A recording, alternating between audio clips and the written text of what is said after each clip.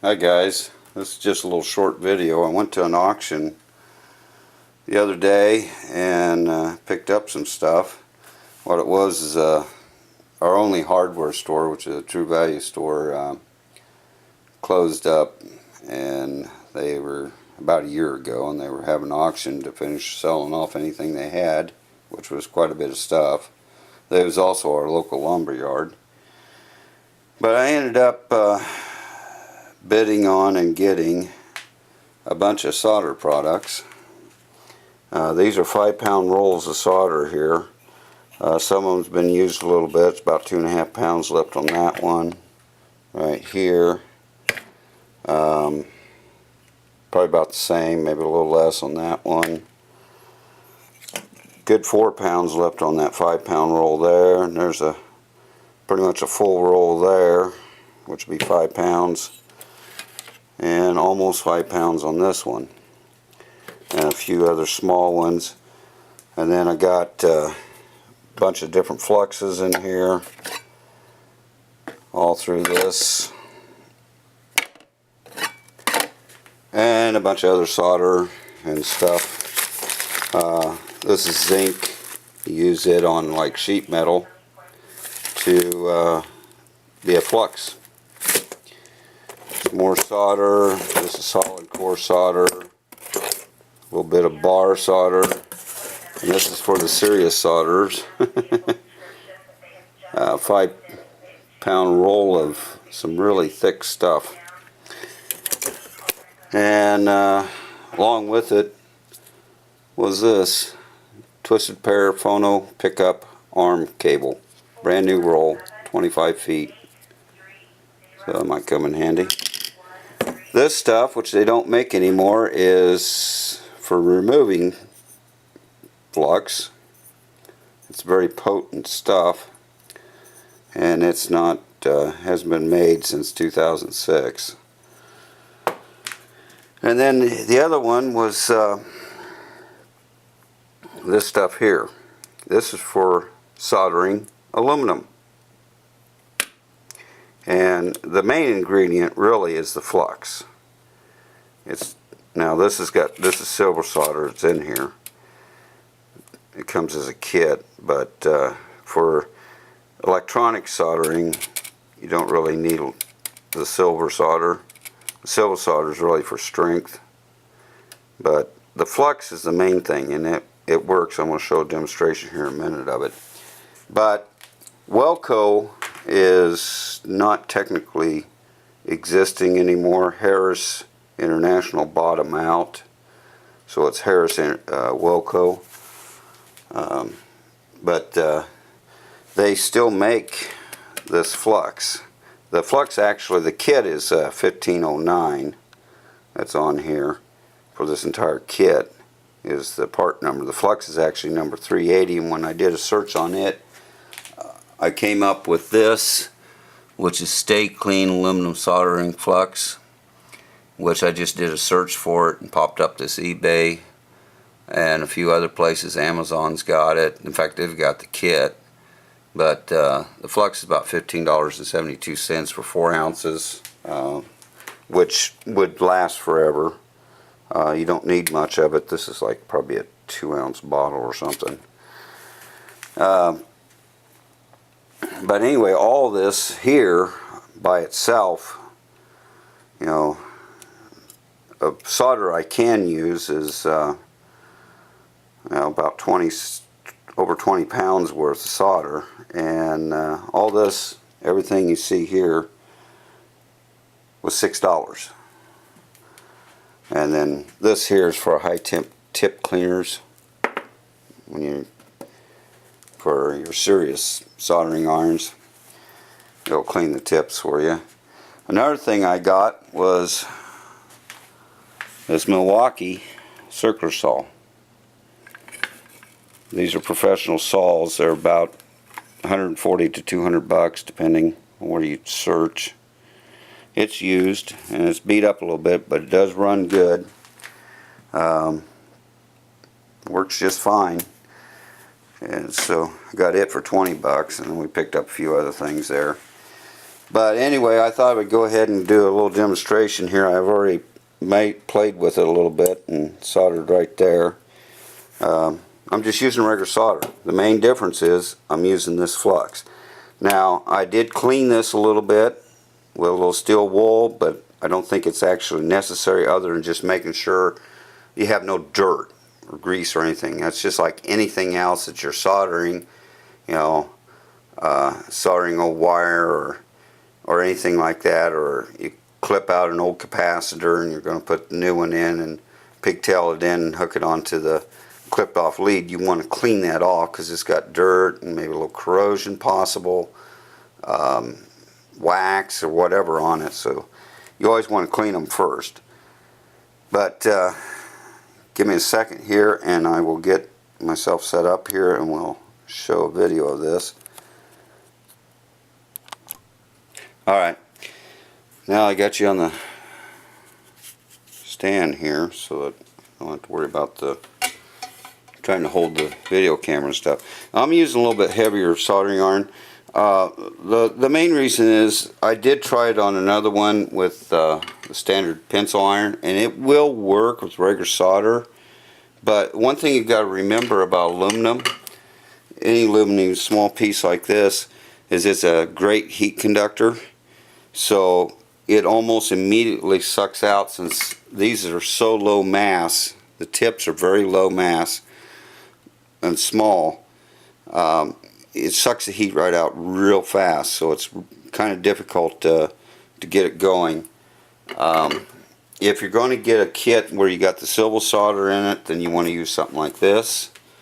If I get it in the screen, one of these, and I've got this one on too, just kind of show differences between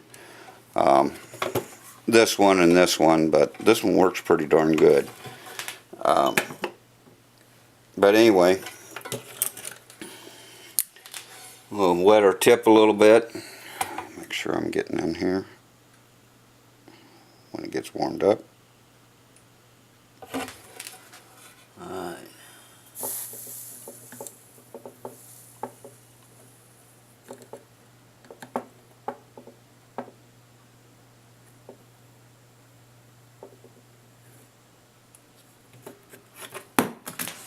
And drop the solder. And I keep dropping the solder.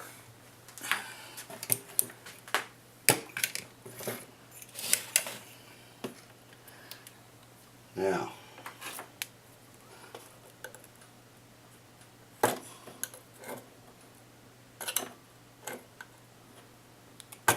it's on there. And it don't take much. This one even works a little faster and better.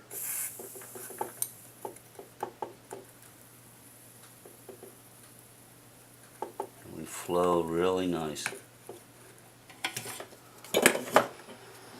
So the point I'm getting at here, this sticks on really good. It actually is truly soldering, because as you see, I can't budge it. So it's soldered. The nice thing about this, I mean, I know the flux is kind of expensive, but a 4-ounce bottle will probably last you a lifetime. You don't need to put much on there. Now, the one thing about it, this is zinc chloride, which is fine, but it does have a slight little bit of acidity to it, so you want to clean it off. But it cleans off with just anything else you want to use. You can use alcohol, you can use, you know, soap and water or anything. Just clean it off once you're done and you'll be fine. It'd take forever for this to actually really corrode electronics. It's not the same flux it's in like acid core solder. That is a real strong acid. This stuff is a very, very mild acid. But in all reality, rosin, which is made from tree sap, does have a certain, depending on which one which is used, which they generally don't tell you unless you find a good spec sheet on it, because there's about 4 trees that they used, and those varied depending on what was considered that they're going to be using the solder for. and how much heat and stuff would be necessary. So some trees were higher temperature and others were lower temperature. But some of those trees, it was slightly corrosive. It did have a little bit of acidity to it. So you always wanted to actually really clean it off. And speaking of fluxes, you will find solder that says resin and solder that says rosin. Rosin is nature. It's natural. Resin is man-made. Resin is used in modern solder pastes and stuff for and a lot of your non-leaded solders, you know, don't have any lead in them and stuff. The big thing about it's low temp. It's real low temp. And when they're doing surface mount work in modern electronics, that stuff is put on, and then they, as a paste with the solder, both are combined as a paste, and they put it on there, and then they place all the components, and then it goes into an oven and heats up and melts the solder. So both the solder and the paste has to be extremely low temperature, because solid state devices do not like heat. They really hate heat. So if you use more or less basic regular solder with rosin, it'd be too high a temperature and it would damage the components. So anyway, just kind of a little thing about the differences between them. As far as doing what we do, it doesn't matter which one it is. But with this stuff, you just want to clean it off, and it cleans off easy.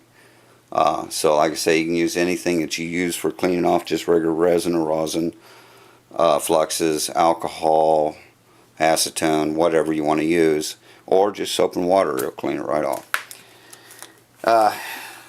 But the thing about it, I often look for something like this, because there's times, you know, when I restuff a can that I have to go through a lot of extra trouble because of the fact everything inside that can capacitor is aluminum. Even the where the contacts come through through the base inside is aluminum. So I have to drill holes, then come out to the part on the outside and wrap the wire around and solder it there.